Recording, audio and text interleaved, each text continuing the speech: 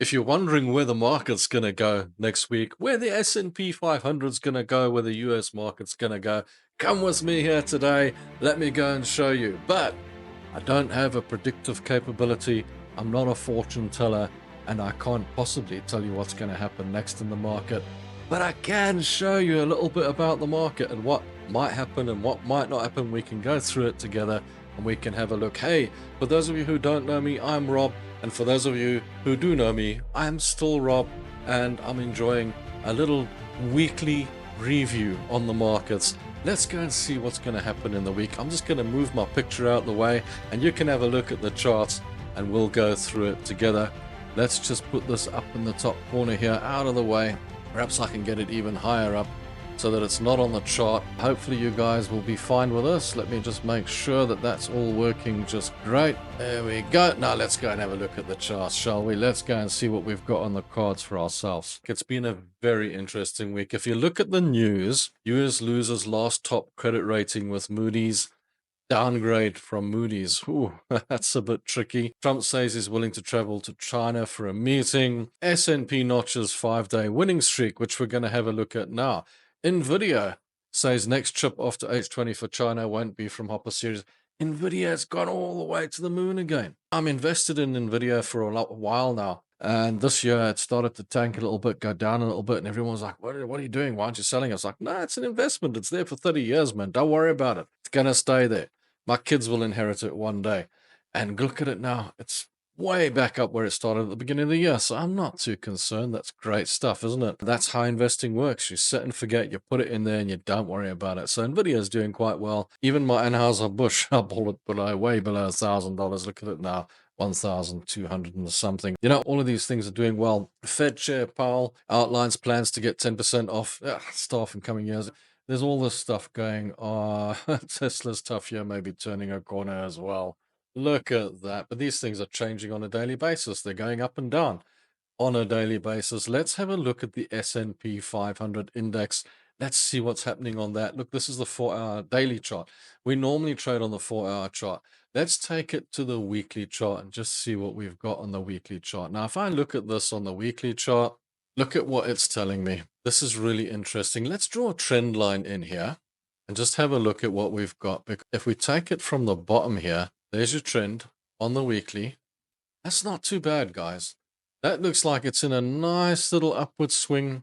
It's got the touch there, and the touch there. So 3 or 4, 5, 6 touches on the chart. 5, all right, 5. Call me alive for 1. It's moved up nicely. And I mean, if you were to take it from there, it's like straight up and broken through. But if you take the longer from the bottom to the top, she's doing quite well. Running along in a bullish trend. Looks like it's going to continue on up. So you've had this slight correction, slight fall over. But on the weekly chart, look at this, guys. Green, green, green, green. On the weekly chart, looks like it's going straight up. Even if you take it back to the daily chart, it's not that bad. You've got a nice, long, steady upward swing here. On the S&P 500, looks like you've got quite a strong, decent-looking bullish face. As I called it at the beginning of the year, I expect the S&P 500 will go through the 6,600 mark and probably continue on to the upside. Just my opinion, guys. Just remember, no matter what the situation, trading is risky. I don't have any predictive capability. I can't tell you what's going to happen next. And all opinions are my own. Most traders lose money. And if you don't like losing money, you probably shouldn't be trading. Just keep that in mind, guys. Really, really important. You know, so many people get into trading, think they're going to turn $100 into $1 million overnight. And guess what? It doesn't happen, does it? It just doesn't happen. So yes, the S&P 500 looking rather decent, looking like it's going to the upside. This week we had a trade in the United States dollar versus the Swiss franc. That did well. We got traded out on that. We also had the Japanese yen, US dollar. That did well. We traded out of that. They've got no trades for the weekend, by the way. And we also, Brent oil. This one did really, really well for us. Let me just delete that. We don't need that in there. This one did really well for us. We trade the long trade. It did well. It fell over and broke through. Where it actually fell over was at this sort of level. I just want to draw this line in here where it sort of fell over. It sort of broke through this level here. We got trailing stop and we took a profit and we got out. And what I'm waiting for now is a bit of a change in the structure for it to now go the other way and break to the upside and give us another long trade on Brent crude oil. So we will be getting back in again.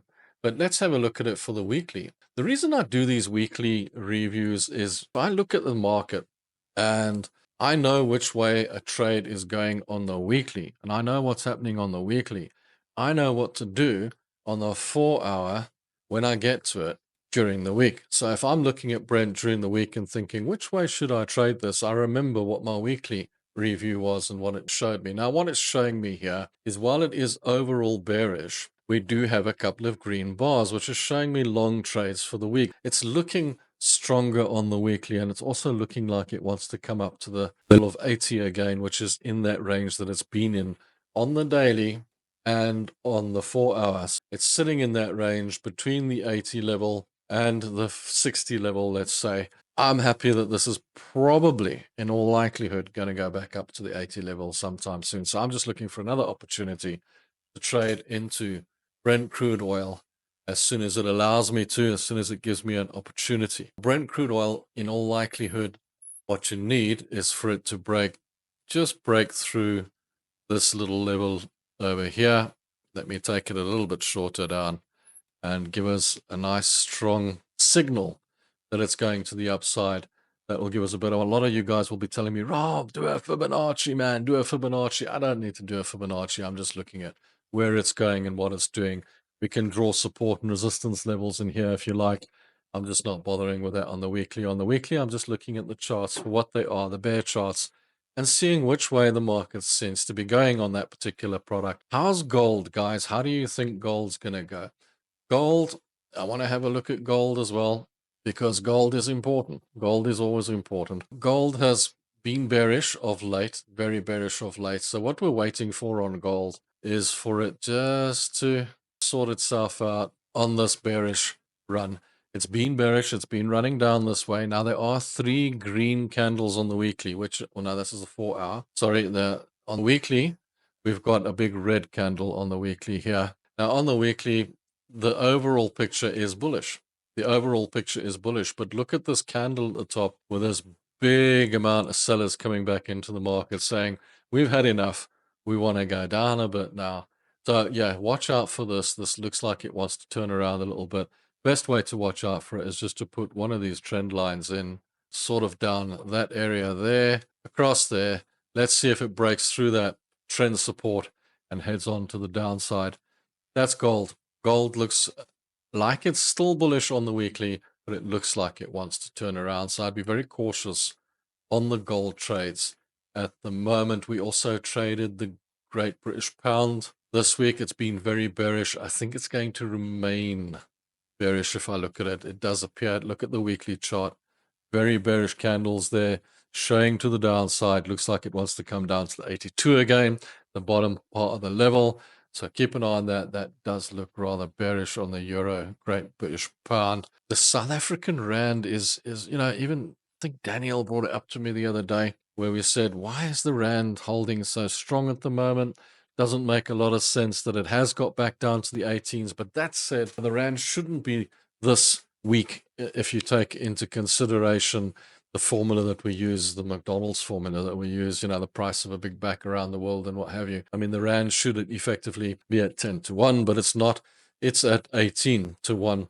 And sometimes when things go bad, 20 to 1. But I would have expected it to go to 40 to 1, the way things have been going in the country and the way the money's been going. But at the moment, this is showing a very bearish signal. It's going down. But a minute, look at that. Look at that change. It's come back to retest. There's a good chance that the rand is going to go weak again and go back up. So do be cautious on expecting this to get stronger. And look, living in this area, I know it's not going to get much stronger. Not with the fundamentals, let's say. For those of you guys that do trade Bitcoin, let's have a look at Bitcoin. Bitcoin, look what it's doing. It's had this staunch bullish run on the 4-hour, created this flag pattern. Let's have a look on the weekly. We can still trade Bitcoin on the weekly. Now remember, Bitcoin is live, so it's always alive. So, you trade this anytime. You can hold it over the weekend, whenever. Still looks bearish. Looks like it wants to go over the 110.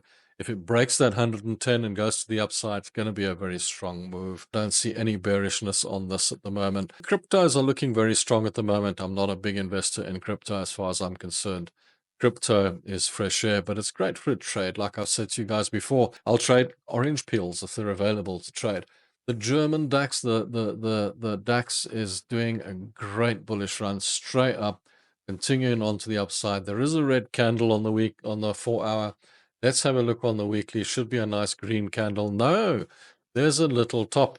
Oh, that's a bit tricky. So do be careful on the DAX next week. That's not a good sign. It's very undecided, that. But there's been a lot of movement to the top side, which means there'll be some money lying in this area. If it does come back and correct, there'll be some money lying in this area. I'll take it back up again. The DAX remains bullish overall over the time. I'm not too concerned about that. So guys, that's what I think of the markets this week. That's where I think the markets are going.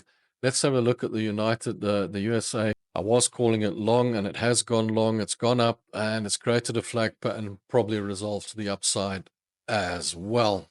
Don't forget to join us for the live shows during the week. Come back for Monday's educational video. The live shows on Tuesday are 1100 GMT plus 2, on Thursdays 1400 GMT plus 2. If you join us on Thursdays, we have the 2-step challenge giveaway, the 10K account.